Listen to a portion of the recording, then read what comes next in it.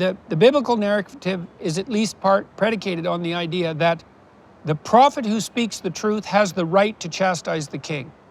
You think, well, where does that idea come from? That's such a preposterous idea. How do you make sense of that idea outside of a religious framework? Or outside of a framework that at least accepts the notion of a transcendental ethic? Right. Because the king cannot sin unless there's a pattern of ethics that transcends human kingship. Well, what would that pattern be? When people say, well, I don't believe in God, it's like, well, but you believe in what that, do you mean? right? Yeah, well, what do you mean by that exactly? Do you not believe that the king should have a conscience? Well, Is it you all might a say, power well, game, that's right? just, well, that's right, because then it just devolves into a power game. And then there's no ethics in the power game. The power game is... Sure, the king can take Bathsheba. What's the problem? Of course. That's the whole point of the power. Right?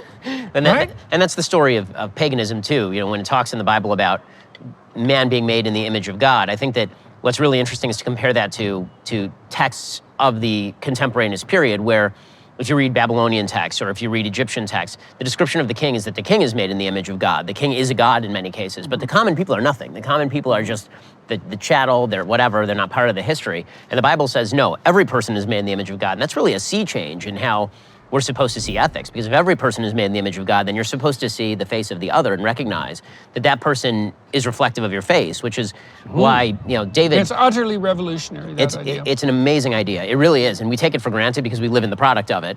And so we tend to forget, you know, what we're rooted in. But it is an amazing idea. Well, I ask people in my audience often if they believe that. It's like, well, do you believe that human beings are made in the image of God? Well, let's take that apart. So the first part is, well, do you believe that human beings can transform potential into habitable order? Well, do you believe people have free will? Well, no. Well, do you treat them as if they have free will? Well, try treating your wife like she doesn't have free will and see how that works. Try treating your children or yourself that way. So I don't care what you say about whether or not you believe in free will. If you don't predicate your social interactions on that presumption, you're going to be a tyrant or a slave. Right. Right. Now, if you accept that assumption, well, then you can have reciprocal relationships between, in some sense, between what would you call self-determining visionaries. It's something like that. And if you do that, then you'll have people around you that love you and you'll have friends. And if you don't do that, you won't. So the belief comes in the acting that out. And so, and do you believe people are of essential intrinsic value? Well, the same thing applies in your social relations. You either do or you don't, and if you don't, well, then you're a narcissistic Machiavellian psychopath. And so you can get somewhere with that. It might be better than hiding under your mother's bed, you know, to go out and exploit people, but it's not an optimized solution. Modern people often ask themselves, why do I have to study history? Well, you're a historical being. You need to know who you are and where you came from and why you think the things you think. That's why you have to place yourself in the proper tradition. I'm taking 4 of my esteemed colleagues and you across the world. Oh, wow, this is amazing. To rediscover the ways our ancient ancestors developed the ideas that shaped modern society. It was a monument to civic greatness. To visit the places where history was made. That is ash from the actual fires when the Babylonians burned Jerusalem from 2,500 years ago. To walk the same roads. We are following the path of the crucifixion. And experience the same wonder.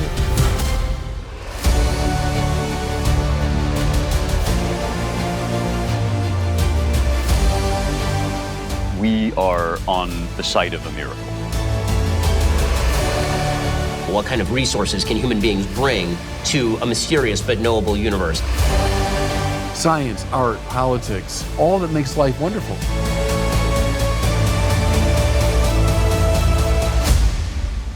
And something new about the world is revealed. And a lot of what's happening in the biblical narratives is an attempt to place a characterization around these underlying ethical patterns. And to make them more clearly, consciously apprehensible. This is one of the things that I think is so beautiful about the juxtaposition of the Saul narrative and the David narrative, right? You read, when I read that section of the Bible, and you have Saul, who appears to be a pretty good guy, generally speaking, and the kingship is taken away from him because he refuses to kill the king of Amalek, and he refuses to kill the cattle and all of this stuff. And you have David, who commits what appears to be a much worse sin, right? Taking somebody else's wife and sending the husband off to die at the battlefront appears to be a significantly worse sin than not killing the king of the opposing nation and the cattle.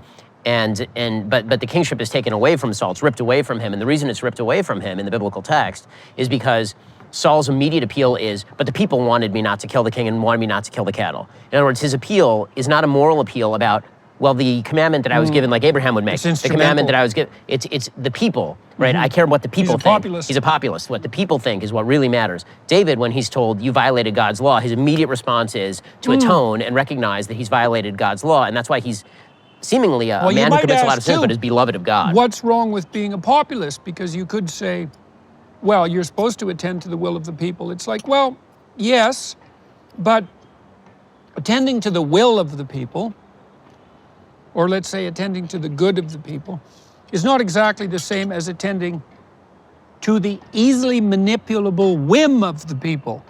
And you know, one of the things you see in the modern political system, it's got worse and worse as far as I can tell, is that politicians governed by opinion poll. Right. Now, when I look at that as a psychologist, I think, you know, it's really, really difficult to measure what people think. And you might think that you've crafted up a few questions about an issue, and that what you get as an answer to those questions is a reliable and valid indicator of what people think. But you have no evidence for that at all. So if a psychologist wants to make a diagnostic questionnaire, the first thing you do is, imagine I wanted to know what you think about Israel. So the first thing I would have to do is I would have to generate maybe 1,000 questions about the political situation in Israel. Then I would have to give them to 1,000 people to answer the questions. Then I would have to do a statistical analysis to see how the questions clumped, because then I'd have some sense of what the underlying opinion structure of opinions about Israel is. Then I would have to take the questions that sampled that best. Then I would have to ask you those questions, and then I might have to do it repeatedly, right? Nobody does that. No one does that. No, and so what happens is it's garbage in and garbage out. And so what happens is the politicians pay the consultants to craft questions that deliver to the politicians exactly what they want to hear. And then they say, well, you know, that's what public opinion wanted. Right, exactly. Well, this is one of the... It's unbelievably useless. The Bible looks very askance at people acting in direct opposition to a higher code of morality. I mean, people are just as capable of violating a higher code of morality as a king is. I mean, the idea of the tyranny of the majority has fallen out of fashion now because we worship at the altar of democracy. Democracy with a small d, obviously, the idea just being, if the people want it, then it must be good. But that obviously is not true. Yeah, you just look at Twitter and you see how true that is. I mean, you can look all over the world at elections that have resulted in the election of actual terrorist groups. And the reality is that there's a lot of acculturation that has to be created before democracy begins to actually channel the best values of the people rather than the worst mob rule of the people.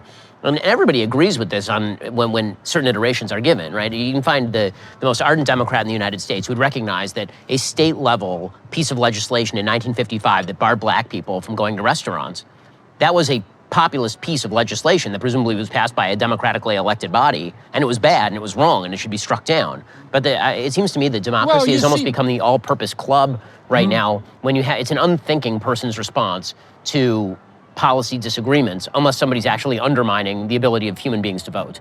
Yeah, well, it's funny because you do see people making a case for transcendent ethics pretty often, even if they're democratic in that whim-governed sense. So, I mean, it's an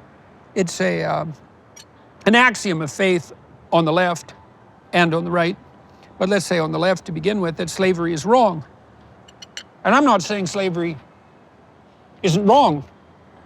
The issue is, why is it wrong? And the answer is, well... Is it wrong because people voted it so? Right? Well, right, no, it's exactly that. It's not that at all. And we know that I think virtually no one disputes the claim that despite the fact that in the southern U.S., the fact that slavery existed was in part a popular expression of people's will, didn't mean that it wasn't wrong in any sense. Right. It didn't help at all. It didn't mitigate the wrong in any sense. It's like, okay, well then you're saying that it's wrong in some transcendental sense. Okay, well then it must violate some transcendental principles. Okay, and that means there must be some transcendental principles. And so, well, what are they exactly? Well, there's something like the autonomy of the individual in relationship to the pursuit of their own ends, something like that. Well, that's still not deep enough. It's like, well, why should each individual be granted that right to sovereignty? Well, because each individual is part of, what would you say, that possessed by a divine spark. It's something like that, associated with the transcendental in some fundamental and made in the image of God, you might say. Well, yeah, that's exactly it. Yes, exactly that. And I do not see how you can make an argument against slavery except by walking down that road.